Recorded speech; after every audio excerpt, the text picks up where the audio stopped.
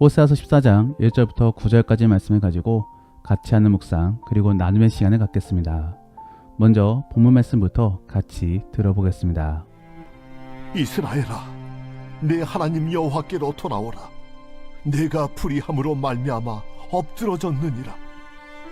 너는 말씀을 가지고 여호와께로 돌아와서 아뢰기를, 모든 불의를 제거하시고 선한 말을 받으소서. 우리가 수송아지를 대신하여 입술의 열매를 주께 드리리이다. 우리가 아술의 구원을 의지하지 아니하며 말을 타지 아니하며 다시는 우리의 손으로 만든 것을 향하여 너희는 우리의 신이라 하지 아니하오리니, 이는 고아가 주로 말미암아 긍휼을 얻음이니이다 할지니라. 내가 그들의 반역을 고치고 기쁘게 그들을 사랑하리니 나의 진노가 그에게서 떠났음이니라. 내가 이스라엘에게 이슬과 같으리니 그가 백합과 같이 피겠고 레바논 백향목같이 뿌리가 바뀔 것이라. 그의 가지는 퍼지며 그의 아름다움은 감람나무와 같고 그의 향기는 레바논 백향목 같으리니 그 그늘 아래에 거주하는 자가 돌아올지라. 그들은 곡식같이 풍성할 것이며 포도나무같이 꽃이 필 것이며 그 향기는 레바논의 포도주같이 들리라. 에브라임의 말이 내가 다시 우상과 무슨 상관이 있으리요 할지라. 내가 그를 돌아보아 대답하기를, 나는 푸른 잣나무 같으니 내가 나로 말미암아 열매를 얻으리라 하리라. 누가 지혜가 있어 이런 일을 깨달으며 누가 총명이 있어 이런 일을 알겠느냐. 여호와의 도는 정직하니 의인은 그 길로 다니거니와 그러나 죄인은 그 길에 걸려 넘어지리라. 오늘 본문은 호세아서의 마지막 말씀으로 학자들은 이 본문이 북이스라엘이 망한 직후에 쓰여진 것으로 보고 있습니다. 그러므로 1절 말씀에 내가 불의함으로 쓰러졌다라고 전해주고 있는 것입니다. 그런데 하나님께서는 이러한 상황 속에서도 계속적으로 북이스라엘에게 주께 돌아오라라고 말씀해주고 있는 것입니다. 왜냐하면 그래야지만이 결국 그들이 회복될 수 있기 때문입니다. 하나님은 여전히 북이스라엘을 사랑하여 주고 계십니다. 그러므로 그들이 회복되어지기를 원하십니다. 그래서 오늘 본문의 4절 말씀에서는 내가 그들의 반역을 고치고 기쁘게 그들을 사랑하리니 라고 전해주고 있는 것입니다. 그런데 이렇게 해피엔딩으로 끝날 수 있는 방법은 결국 회개밖에 없습니다. 그러므로 오늘 본문에서는 계속적으로 회개에 대하여 전해주고 있는 것입니다. 그래서 저는 오늘 본문 말씀을 통하여 그러한 회개에 대한 내용을 한번 살펴보기를 원합니다. 그러므로 회개는 무엇이고 또 어떻게 해야 되는 것이며 또 그 이후로는 어떠한 삶을 살아가게 되는지를 한번 나눠볼 수 있기를 원합니다. 첫 번째로 회개는 하나님께 돌이키는 것입니다.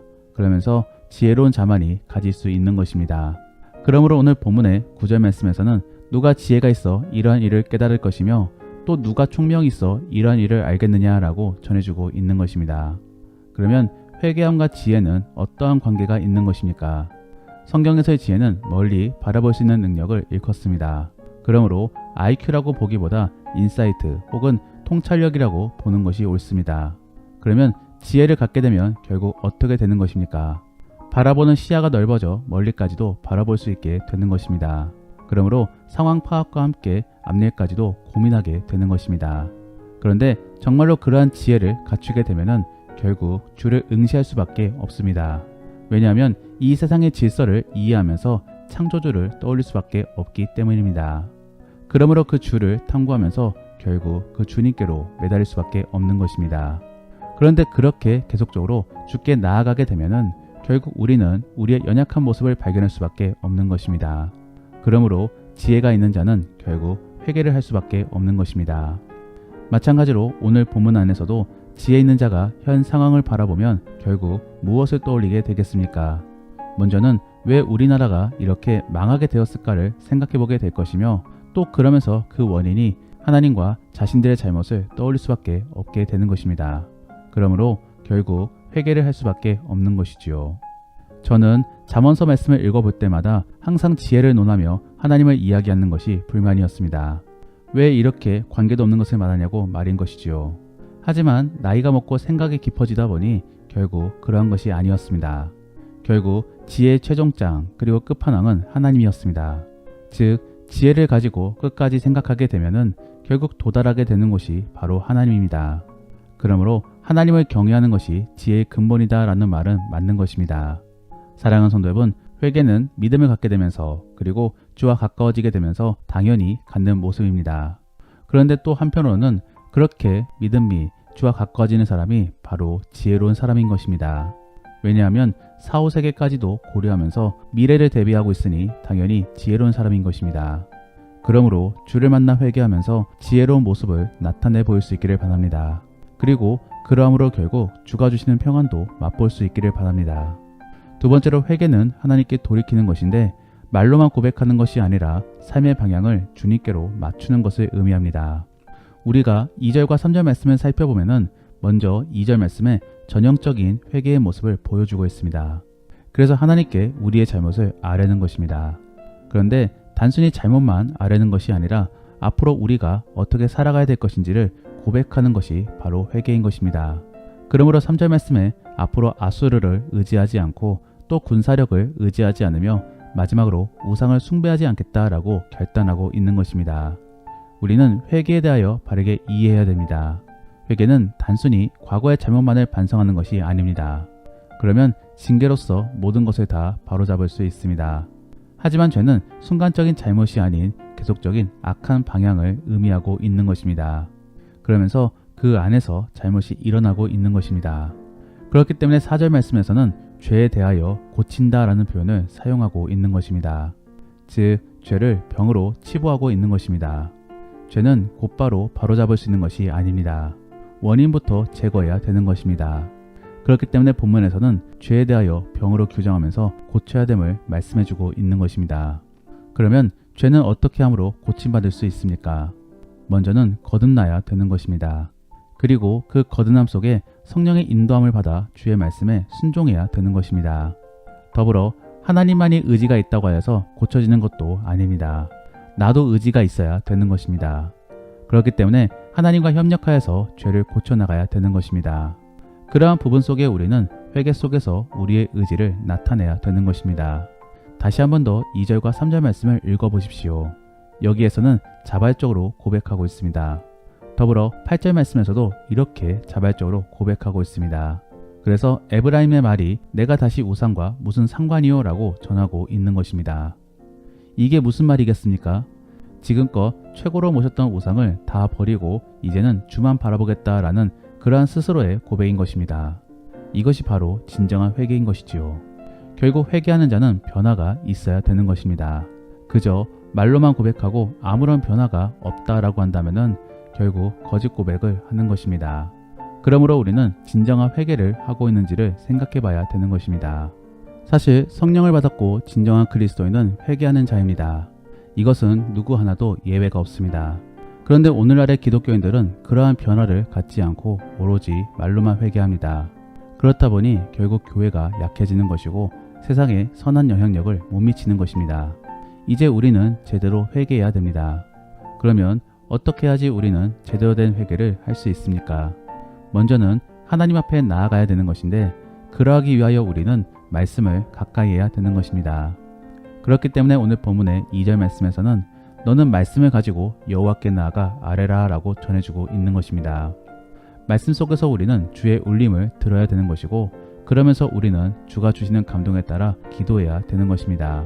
그래서 신명기 4장 7절 말씀에서는 우리가 기도할 때마다 주와 가까워진다 라고 말씀해주고 있는 것입니다. 사랑하는 성도 여러분, 경건생활 속에서 일대일로 주와 마주하시기를 바랍니다. 그래서 말씀과 기도 이 두 가지를 가지고 주 앞으로 나아가 주의 음성을 들어보시기를 바랍니다. 그랬을 때 하나님께서는 우리에게 우리의 잘못을 보이시며 회개할 수 있게끔 인도해 주시는 것입니다. 정말로 그러한 은혜 그리고 경험을 가질 수 있기를 바랍니다. 마지막으로 회개하게 되면은 그때부터 우리는 주의 회복을 경험하게 되는 것입니다. 그래서 오늘 본문의 4절 이하의 말씀에서는 여러 가지의 비유를 들어 회복된 사실에 대하여 말씀해주고 있는 것입니다. 우리가 지난 5장의 말씀을 떠올려 보면은 북이스라엘은 좀비와 같았습니다. 그래서 썩은 내가 나고 상처를 입었으며 방향성이 없이 방황하기만 했던 것입니다. 그런데 이제는 백향목의 향기가 나고 올리브유가 찰찰 흐르는 그러한 윤기가 있는 사람이 되었습니다. 그리고 뿌리가 튼실해 그 어디에도 흔들리지 않는 사람이 되었습니다. 더불어 하나님의 그늘 아래 풍성함을 누리며 평안을 맛보게 된 것입니다. 이러한 모습이 바로 회개한 자의 모습인 것입니다. 그러면 지금의 우리는 왜 진정한 회개를 하였음에도 불구하고 여전히 어려움을 겪는 것입니까? 여기에 대해 우리는 하나님을 향하여 전하는 비유에 대하여 주목해 봐야 되는 것입니다.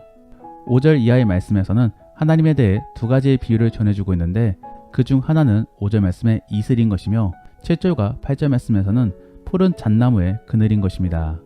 우리는 이 두 가지의 비유를 통하여 한 가지의 공통점을 찾을 수 있는데 그것은 바로 뜨거운 햇빛과 관련되어 있다라는 것입니다.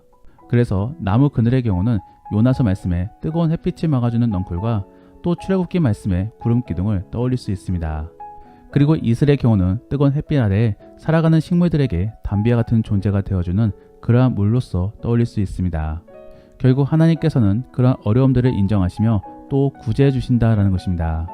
우리는 4절 이하의 말씀들을 묵상해 보면서 고통 없는 평안을 꿈꿔서는 안 되는 것입니다. 그러한 평안은 이 땅이 아닌 저 천국에서 영원히 맛보는 것입니다.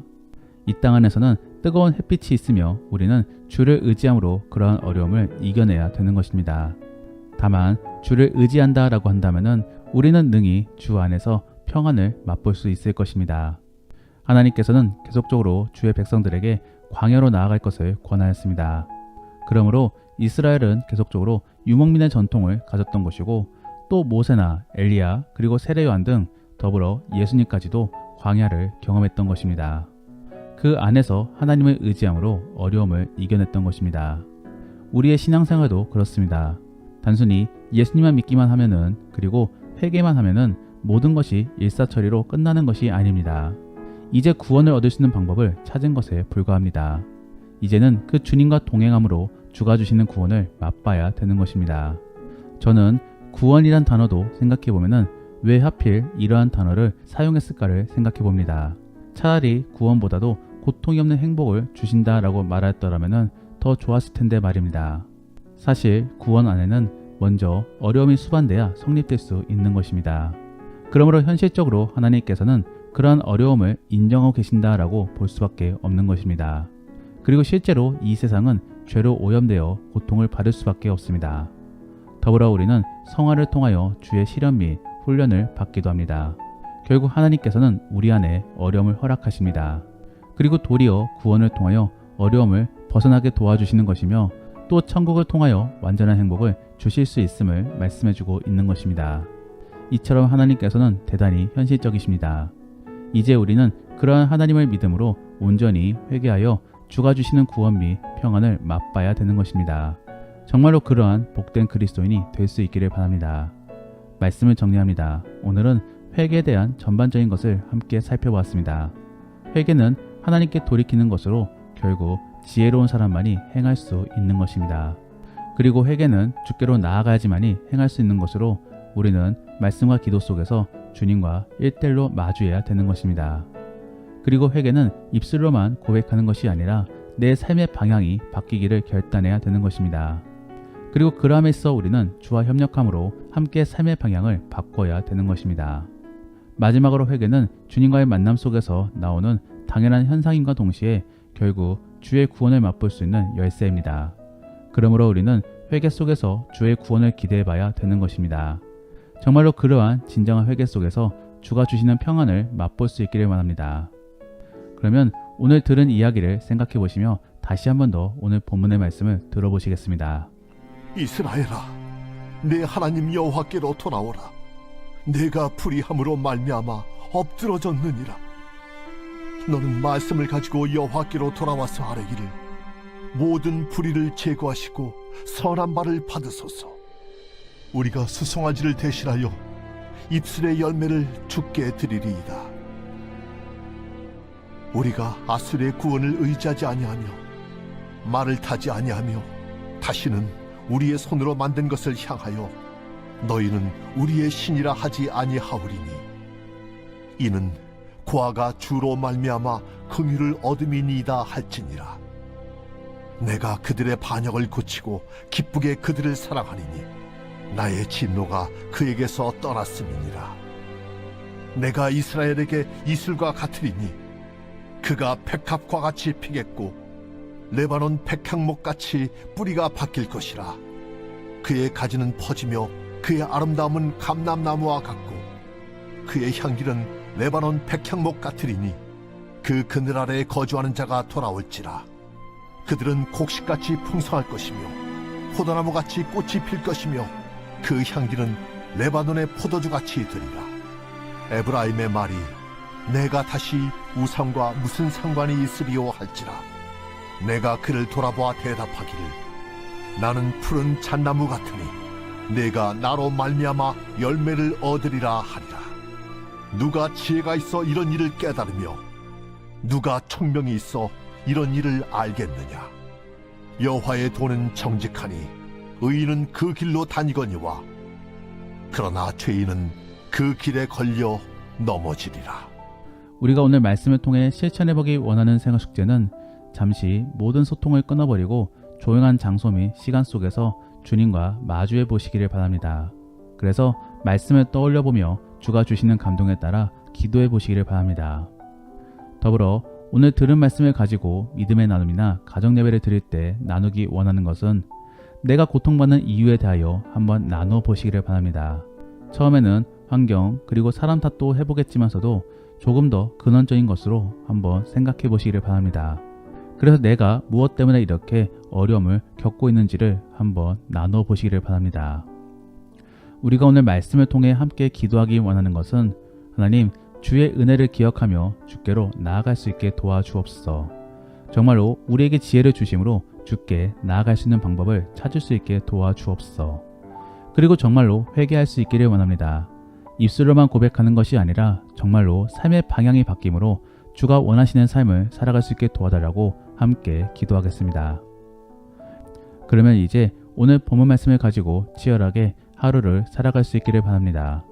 주 안에서 승리하시고 복된 하루가 될 수 있기를 예수님의 이름으로 축복합니다.